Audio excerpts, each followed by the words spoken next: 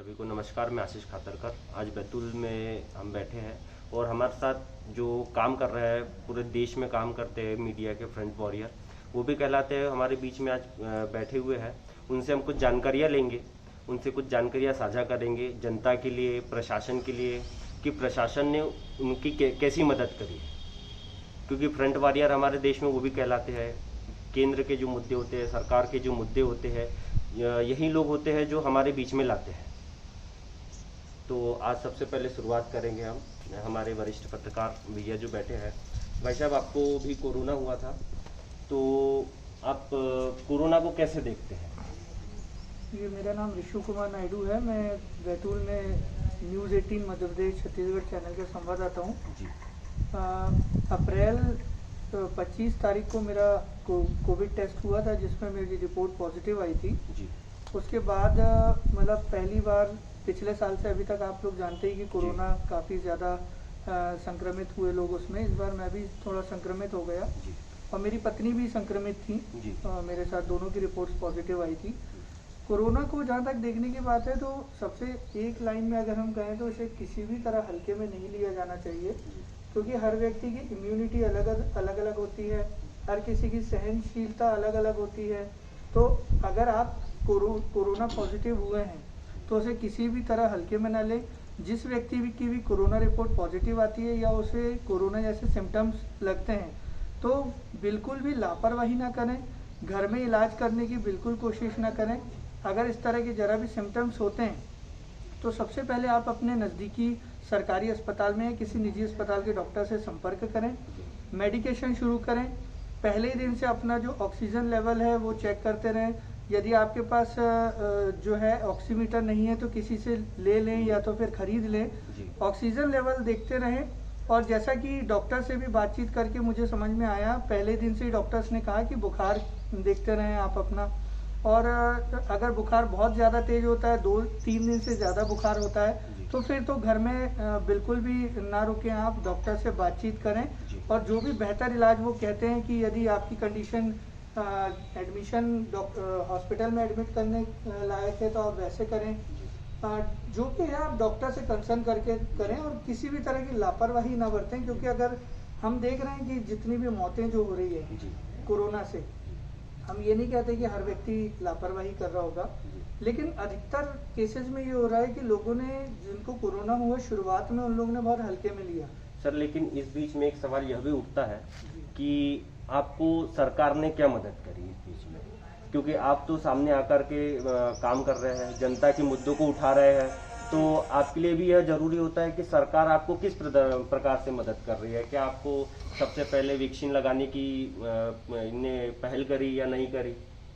देखिए, जहाँ तक वैक्सीनेशन का सवाल है, तो शुरुआत में क्या हुआ कि जब पहले ये कहा गया कि जो 60 प्लस हैं उन्हें पहले लगेगा, बाद में आदेश आया कि 45 प्लस को भी लगेगा। उस समय तो हम क्राइटेरिया में नहीं थे, क्योंकि मेरी उम्र अभी उससे कम है। लेकिन अभी पिछले दिनों सरकार ने जो 18 प्लस को भी आदेश किया और अभी वैक्सीनेशन चालू भी है उसका, तो ये इस क्राइटेरिया में तो हम नहीं आ पाए। लेकिन जहाँ तक सरकारी मदद की बात है, तो अभी तक बैतूल में पत्रकार बिरादरी के लिए अलग से कैंप लगा के या प्रमुखता से उनके वैक्सीनेशन के लिए कोई व्यवस्था नहीं की गई। तो यह भी तो एक ज़रूरी मुद्दा है हमारे यहाँ शासन की तरफ से, प्रशासन की तरफ से ये चीज़ें होनी चाहिए, क्योंकि आप भी कोरोना वॉरियर है और आप ही जनता के मुद्दों को उठाते हैं, सरकार की नीतियों को जनता तक के पहुँचाते हैं। खैर, ये भी एक हम मुद्दा रखेंगे। पहले हम भाई साहब से मिलते हैं। भाई साहब नमस्कार। आप भी कोरोना पॉजिटिव पाए गए थे, तो आपसे मेरा यह सवाल है कि बैतूल ज़िले में यहाँ पे प्राइवेट हॉस्पिटल जो है या भारी भरकम बिल दे रहा है, आप एडमिट हुए थे, आपका क्या अनुभव रहा है इस पर? देखिए, मैं नंदकिशोर पवार हूँ, IBC 24 न्यूज़ चैनल का डिस्ट्रिक्ट करेस्पॉन्डेंट हूँ। रही बात कोरोना पॉजिटिव आने के बाद भर्ती होने की, तो मैं जब कोरोना पॉजिटिव, मेरा 29 तारीख को टेस्ट हुआ था और 1 तारीख को उसकी रिपोर्ट पॉजिटिव आई थी। उसके बाद में रहा भर्ती होने का सवाल, तो मैं भर्ती नहीं हुआ। वजह ये थी कि मेरे यहाँ वाइफ भी स्वास्थ्य विभाग में ही ANM है। तो डॉक्टरों से जो मैंने सलाह ली, डॉक्टरों का कहना था कि आप भर्ती हो जाएं। उन्होंने सजेस्ट किया मुझे, लेकिन मैंने ज़्यादातर कोशिश की कि हॉस्पिटल जाऊंगा, वहाँ का जो माहौल रहेगा तो शायद उसमें मैं जितना बीमार हूँ उससे और ज़्यादा बीमार हो सकता हूँ, है ना। तो मैंने घर पर रह कर के ही इलाज किया। इस इलाज में सबसे अहम भूमिका मेरी पत्नी की है कि उन्होंने मुझे मतलब मेरा माइंड डाइवर्ट नहीं होने दिया। बच्चों का है, दोनों बच्चे मेरे, मतलब दोनों ने इन्होंने मिल करके मेरी सेवा की, तब शायद मैं ठीक हो पाया। यह डॉक्टर की बात करें तो डॉक्टर रानू वर्मा जो है, रानू वर्मा से मैंने पूरा ट्रीटमेंट लिया। रानू वर्मा जी ने मुझे किया, रुपेश पद्माकर जी ने मुझे ट्रीटमेंट नहीं किया। तो ये सब मेरे व्हाट्सअप के जरिए ही पूरा ट्रीटमेंट होते रहा। व्हाट्सअप पे वो मुझे मैसेज करते थे, उसी मैसेज की दवाइयाँ मैं लेकर के आता था। जो टेस्ट करने का उन्होंने बोला तो वो टेस्ट भी मैंने, जैसे 10 दिन बाद मुझे करना था, वो टेस्ट भी किया मैंने। तो देखिए ऐसा है कि मैं ये कह रहा हूँ कि जो भारी भरकम बिल वाली आपने बात करी है, मैं सभी से कहता हूँ कि देखिए अपनी कैपेसिटी के अनुसार, अपनी सामर्थ्य के अनुसार आदमी को भर्ती होना चाहिए। ये नहीं कि हम लश्कर के यहाँ भर्ती हो जाए और हमारा जेब खाली है, बाद में फिर उसको ब्लेम करेंगे आप कि भैया वो तो 2 लाख का बिल बन गया, 4 लाख का बिल बन गया।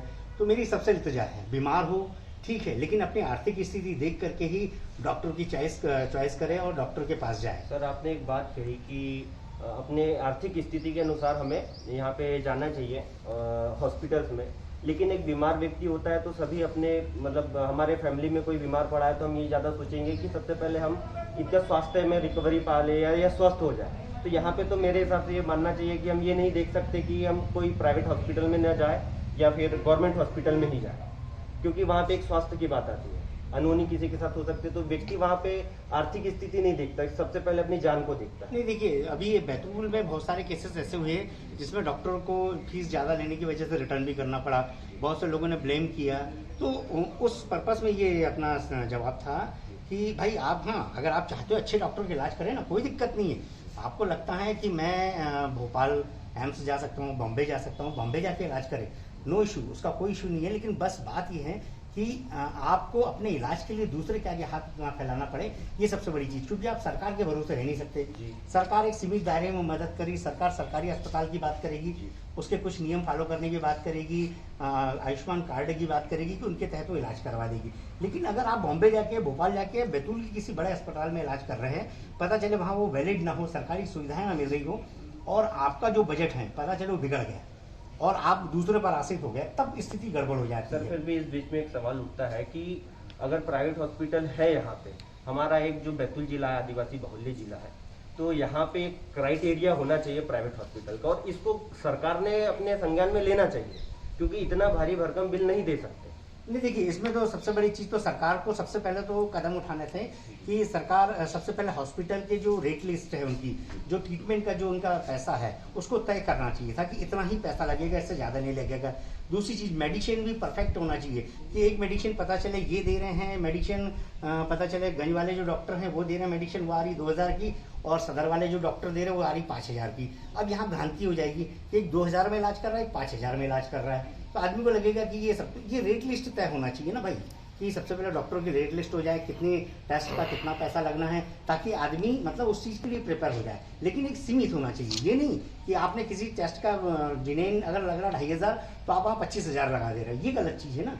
सबसे पहले तो इसको सुधारना था सरकार, लेकिन सरकार ने शायद वो किया नहीं। जब विवाद उठने लगे, जब खबरें लगने लगी, तब उन्होंने अपने रेट तय किए कि नहीं अब हम इस फिक्स रेट पे करेंगे। रही बात रेमडेसिविर की, अरे रेमडेसिविर की बात अगर अपन कर रहे हैं तो भाई रेमडेसिविर की उपलब्धता नहीं है। अब आप हर पेशेंट चाहेगा कि उसे रेमडेसिविर लगे, तो उतना नहीं हो पा रहा था ना। ऑक्सीजन की बात रही, ऑक्सीजन में बहुत सारी धांधलियाँ चली। कुछ लोगों ने, आप समाज सेवियों ने, दूसरे लोगों ने, प्रेस वालों ने, सबने बताया कि किस तरह कालाबाजारी हुई, उस पर अंकुश लगा।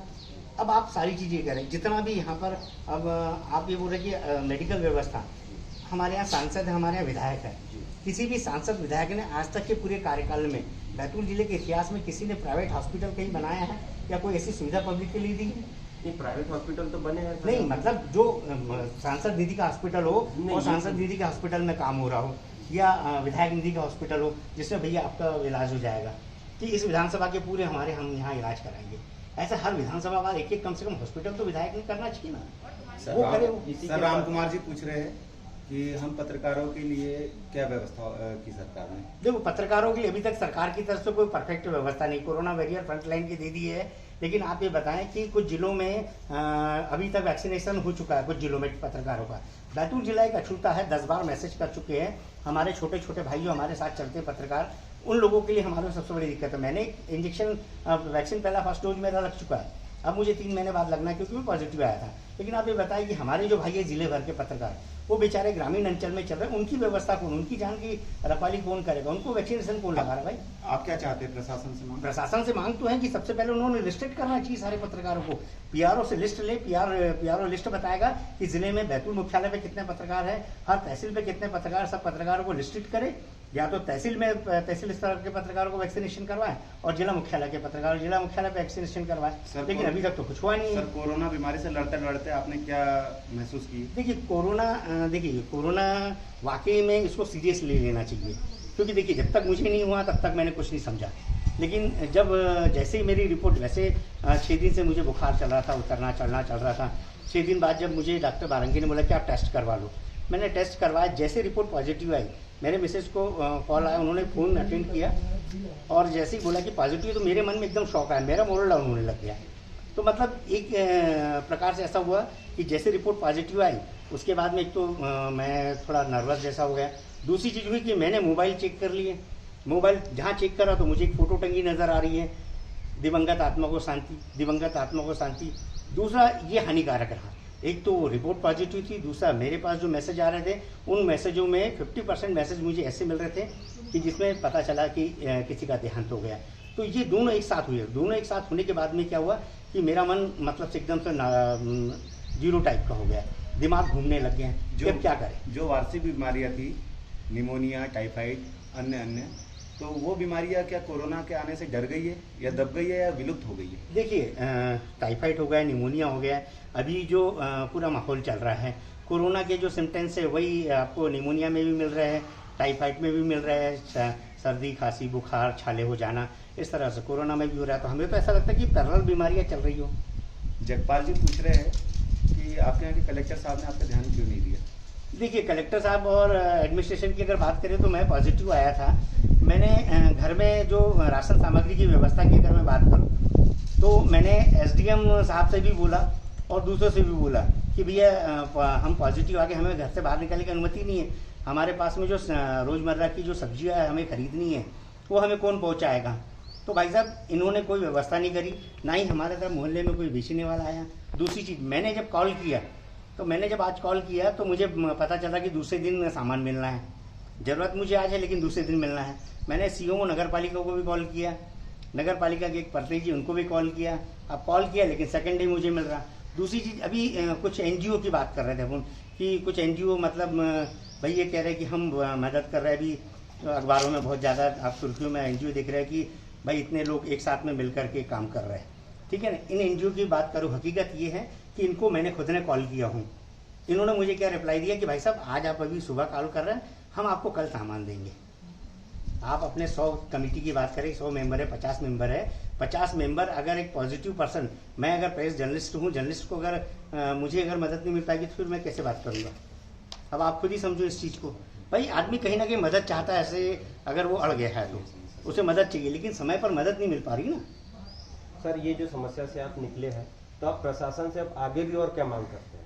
जो प्रशासन से मेरी मांग है कि देखिए मैं तो पॉजिटिव होकर के सुधर चुका हूँ, लेकिन मैं चाह रहा हूँ कि मेरी बिरादरी के जितने मेरे पत्रकार भाई हैं, सबसे पहले तो पत्रकारों की अगर प्रशासन अगर सुरक्षा करना चाहते हैं, मुख्यमंत्री ने कहा है कि कोरोना वॉरियर हम फ्रंट लाइन में हैं, तो वो अपनी बात पे अडिग रहे मुख्यमंत्री जी और अपने प्रशासनिक अमले को लेटर जारी करे। सबसे पहले तो मुझे तो लगा कि अभी तक यहाँ पता ही नहीं चल पाया कि पत्रकारों को कोई सुविधा देना, उसके लिए मुख्यमंत्री जी ने कोई लेटर लिखा हो जिला अधिकारी को, जिला कलेक्टर को। अगर नहीं लिखा हो तो सबसे पहली बात तो वो उनको लेटर लिखे जिला कलेक्टर को, और जिला कलेक्टर को स्पष्ट निर्देश दे कि पत्रकारों के लिए जो शासन अगर सुविधा अगर घोषणा कर रहा है तो सबसे पहले उसको फुलफिल करे और लिख करके दे कि इनको सबसे पहले वैक्सीनेशन हो, इनके ट्रीटमेंट की व्यवस्था हो। अभी तक आप ये बताएं कि उन्होंने वहाँ से घोषणा तो कर दी कि ट्रीटमेंट मिलेगा, सब कुछ होगा, लेकिन इस बीच में भी कुछ पत्रकार ही हुए, क्या कुछ किया किसी ने? कुछ नहीं कर पा रहे। सर आपसे मेरा एक सवाल था, बैतूल में लश्कर हॉस्पिटल का एक मामला गरमाया था बहुत ज़्यादा, तो इस पर प्रशासन ने एक्शन भी लिया था। मुझे जैसा कि ज्ञात है कि 25,000 रुपये का जुर्माना दे करके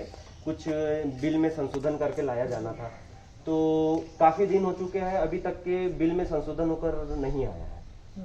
इसका आप क्या बोलेंगे प्रशासन को? देखिए इस मामले में स्पष्ट मेरा ये कहना है, और जो भी हमारे जो दर्शक सुन रहे हैं, देख रहे हैं, मेरा सबसे ये कहना है, मेरे संज्ञान में आया था मामला, उस समय मैं भी कोविड पॉजिटिव था, तो मैं निकल के उस खबर को कवर तो नहीं कर पाया था, लेकिन पूरा संज्ञान में था, पढ़ भी रहे थे हम, अखबार में देख रहे थे। इस तरह के सभी मामलों में जो सबसे बड़ी गलती है वो जो मरीज हैं उनके अटेंडर, जो परिजन हैं उनकी है।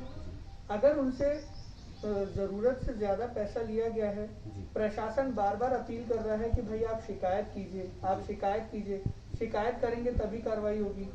जब आप शिकायत करने आगे ही नहीं आएंगे तो फिर, और हमारे भारत का जो संविधान है, जो कानून है, वो यही कहता है कि जब तक कोई व्यक्ति शिकायत नहीं करेगा तब तक जांच नहीं होगी।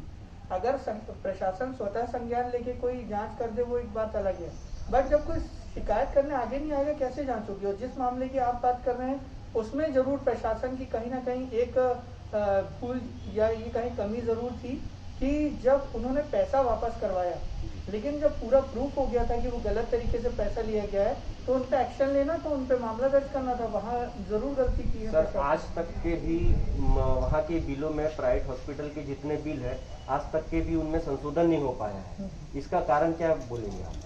इसका भी वही कारण है, जब प्रशासन ने, सरकार ने एक रेट लिस्ट जारी कर दी है कि फलाना जांच ब्लड टेस्ट इतने में होगा, आपका सीटी स्कैन इतने में होगा, रेमडेसिविर इससे ज़्यादा कीमत में कोई नहीं देगा, तो अगर लोगों से वहाँ ज़्यादा पैसा मांगा जा रहा है तो क्यों विरोध नहीं करेंगे? सबसे बड़ा सवाल ये है। सर विरोध, आप पैसा भी देते जाओगे फिर आप कहोगे गलत भी हो रहा है, तो ये कहीं मतलब न्याय संगत बात नहीं है। विरोध तो सर काफी लोग कर रहे हैं, लेकिन इसको शिकायत कौन कर रहा है? शिकायत तो नहीं हुई है, लेकिन विरोध तो काफी लोग कर रहे हैं। देखिए, विरोध और शिकायत दो ऐसे शब्द हैं जिनके अर्थ बहुत अलग अलग होते हैं। विरोध आप मैं अभी बैठकर यहाँ किसी का भी हम विरोध कर सकते हैं, है ना, केवल विरोध ही होता है वो। लेकिन शिकायत करना एक कदम आगे बढ़ाना होता है कि आप विरोध के बाद शिकायत कर रहे हैं, यानी आपने एक कदम आगे बढ़ा के उस गलत के खिलाफ आवाज उठा ली। तो विरोध करना और शिकायत करने में फर्क है। तो हमारा तो यही कहना है कि एज ए पत्रकार भी और ऐसे नागरिक भी कि आप शिकायत करो ना। आज मेरे साथ कुछ गलत होगा, अगर मैं शिकायत नहीं करूंगा तो न्याय की फिर मुझे उम्मीद नहीं करना चाहिए। सर अभी बीच में जैसे सर मैं भी 18+ की वैक्सीन के लिए रजिस्ट्रेशन कर रहा था। सर काफ़ी दिनों से देख रहे हैं स्लॉट बुक नहीं होती। हमारे बैतूल में अभी बीच में ऐसा एक मुद्दा आया था जिसमें कि यहाँ के जो लोकल है, लोकल कुछ कपिल आर्य जी है, आर्य जी के बेटे हैं, कह रहे थे कुछ राजनीतिक तथ्य, मतलब राजनीतिक से जुड़े हुए व्यक्ति है वो। तो सर ये लोग 800 रुपये में वैक्सीनेशन की रजिस्ट्रेशन करवा रहे हैं। सर इसमें तो ये हो सकता है ना कि जो गांव के लोग हैं, देहात के लोग हैं, उनको वैक्सीन ही नहीं मिलेगा। देखिए, पुलिस ने उस पर कार्रवाई भी नहीं करी है। मैं एक बात बताऊं आपको, इसमें भी छोटी सी गलती मेरी, आपकी या हमारे जैसे युवाओं की है। हम लोग मोबाइल रखते हैं, सबके पास आज एंड्रॉयड फ़ोन है, छोटे से छोटा बच्चा भी हमारे घर का मोबाइल फ़ोन अच्छे से ऑपरेट कर लेता है। आप थोड़ा सा इंतज़ार करके और स्लॉट बुकिंग के लिए आप अधिकारियों से बात करें, किसी कियोस्क सेंटर वाले से बात करें कि भाई ये स्लॉट बुकिंग नहीं हो रही, कैसे करना है। आप पैसा देकर अगर वो काम करा रहे हैं, और इस पूरे मैटर में जो स्लॉट बुकिंग वाला अपराध जो दर्ज हुआ, 2 आरोपी गिरफ्तार हुए, मैं इसमें समझता हूं कि पुलिस को उन लोगों को भी बुलाकर पूछताछ करनी चाहिए थी जो ग्रुप के मेंबर थे और जो पैसा देके स्लॉट बुक करवा रहे थे। लेकिन ये अपराध उन्होंने दूसरे लोगों का भी नुकसान किया, पैसा देके स्लॉट बुक करवाया। सर पर लेकिन यहाँ पे प्रशासनिक अधिकारियों का कहना था कि वो नंबर जो है वो एक संस्था पे रजिस्टर्ड है, लेकिन संस्था के नाम से तो कोई ऐसा आधार कार्ड नहीं होता और ना कोई स्कीम निकलती। हमारे देश का सबसे बड़ा वर्ग युवाओं का है, अगर उनके साथ इतना बड़ा अन्याय हो रहा था तो किस युवा ने शिकायत की? जो ग्रुप का एडमिन था, क्या 4 युवाओं ने जाके पुलिस को आवेदन दिया कि इसका जो सरगना था उसके खिलाफ आप कार्रवाई के लिए तो आवेदन गए, लेकिन उसका आपने फॉलो अप लिया कि नहीं? भाई कोई भी आप आवेदन देके आ गए, यानी आपने इतिश्री कर ली। जब तक आप फॉलो अप नहीं लेंगे, 4 गए, कल को 8 लोग जाइए, 10 लोग जाइए, उसका फॉलो अप लीजिए, क्या कार्रवाई उसमें, तब तक एक्शन नहीं होता। कई बार ये स्थितियाँ होती है। तो हमारा ये कहना है कि एक्शन तभी होगा जब आप लगातार किसी मैटर में फॉलो अप लेंगे। सर आगे लास्ट में आप अंत में हमारे देश में, हमारे बैतूल जिले में क्या संदेश देना चाहेंगे? देखिए, संदेश तो क्या, हम भी आपके ऐसे एक आम व्यक्ति हैं, एक छोटे से पत्रकार हैं, बस संदेश तो नहीं, लेकिन हाँ मैं कुछ अपील ज़रूर करूँगा प्रशासन से, सरकार से। जब मैं कोरोना पॉजिटिव हुआ तो मुझे एक बहुत बारीक लेकिन इम्पोर्टेंट बात समझ में आई वो ये आई कि जब हम घर में होते हैं, होम आइसोलेटेड जितने भी लोग होते हैं, तो प्रशासन का जो एक हेल्थ सेंटर बना हुआ है यहाँ पे, वो लोग फ़ोन करते हैं, हमारा सेहत का हालचाल पूछते हैं, बहुत अच्छी बात है।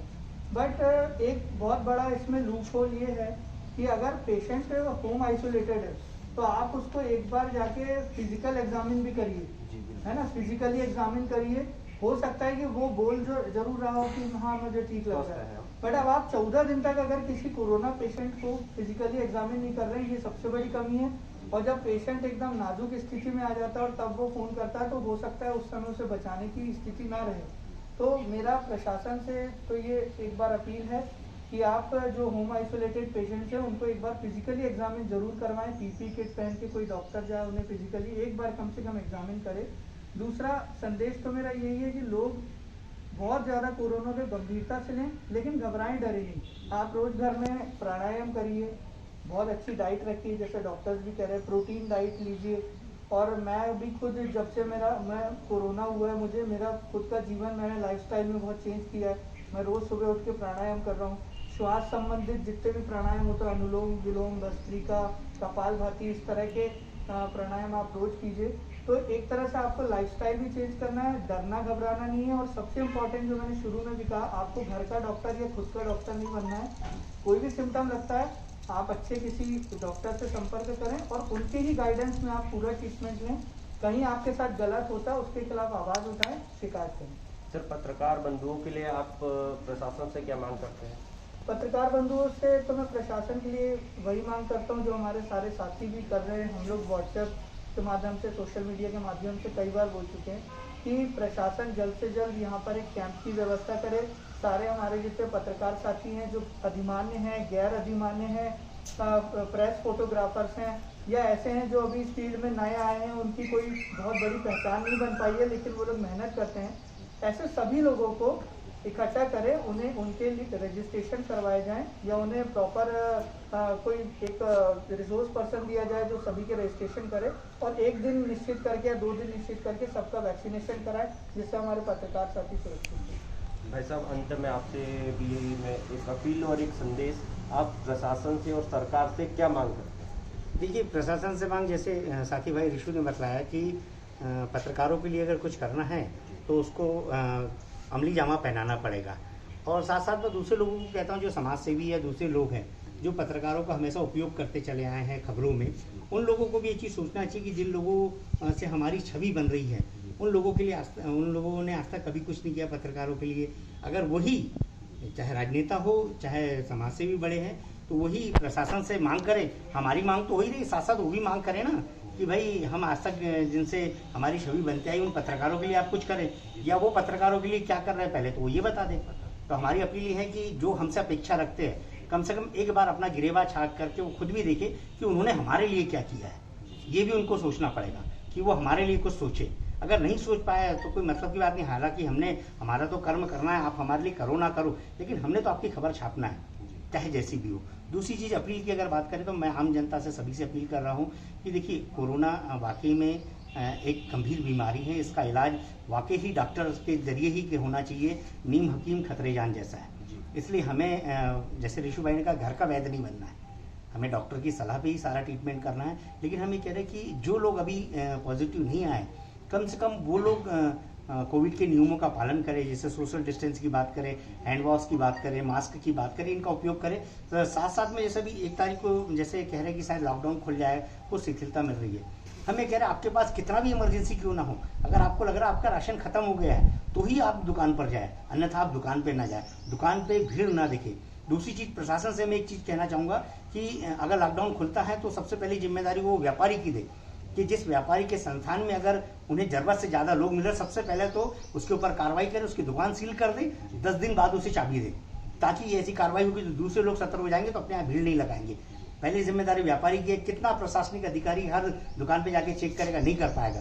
लेकिन अगर उसे लगता है कि मेरी दुकान में भीड़ है, सबसे पहले वो मना कर दे कि भैया ग्राहकों को, भाई साहब आप थोड़ा डिस्टेंस में आए, या मेरे यहाँ इतनी कैपेसिटी, अभी आप इतने लोग रहते हैं। पहली जिम्मेदारी उनकी। दूसरी चीज़, अगर हमारे यहाँ लॉकडाउन खुलता है तो जो बड़े मॉल हैं, इन मॉल पर प्रतिबंध लगना चाहिए, क्योंकि इनमें सबसे ज़्यादा भीड़ घुसती है। छोटी दुकानदार पे आदमी 2 या 3 नजर आएंगे, लेकिन वहाँ पर ज़्यादा भीड़ है, जिससे ज़्यादा लोग संक्रमित। जो बड़ी चीज़ें जहाँ ज़्यादा लोग इकट्ठा हो सकते हैं, ऐसी चीज़ों को सबसे पहले तो प्रतिबंध मुक्त करना ही चाहिए, प्रतिबंध लगना चाहिए इन पर, जब तक हम एक अच्छी स्थिति में नहीं आ जाते। क्योंकि हमारा ज़िला वापस बैकअप कर रहा है, हमारा परसेंटेज जैसे जैसे धीरे धीरे कम होते जा रहा है कोरोना पॉजिटिव का, हम लॉकडाउन खुलने की ओर चल रहे हैं। लेकिन अचानक अगर ये भीड़ अगर आती है लॉकडाउन खुलने के बाद में, तो फिर हम वापस लॉकडाउन में चले आएंगे। क्योंकि गांव के जो लोग हैं, गांव के लोगों से मेरी अपील है कि जैसे ही लॉकडाउन खुलता है तो वो लोग इकट्ठे एकदम जिला मुख्यालय पर ना है, थोड़ा अंतराल ले ले। हम बोले थोड़ा समय लो, आपके यहाँ ऐसी अपना आपदा नहीं है कि आपको तुरंत बाजार जाना ही पड़ रहा है, आपके यहाँ है पर्याप्त सामान, नहीं है तभी आप स्थिति बनाएं, लेकिन ज़्यादा भीड़ ना आए। जो लोग आविर हैं, अगर ऐसे लोगों को प्रशासनिक का भी काम है, प्रशासनिक अमला, जैसे कोई गाड़ी में 10-12 लोग आ रहे हैं तो उन पर भी रोक लगाएं और ज़्यादा भीड़ ना करें, सबसे पहली चीज़। इसी के साथ में मैं आज हमारे वरिष्ठ जो पत्रकार हैं उनके साथ में चर्चा हुई और साफ यहाँ नज़र आ रहा है कि इनके लिए यहाँ पे कोई ऐसा काम नहीं किया गया है। तो मैं प्रशासन से और प्रशासन से ये मांग करूँगा कि यह इनके लिए कुछ करे। ये हमारे फ्रंटलाइन वर्कर है। सभी को धन्यवाद, नमस्कार।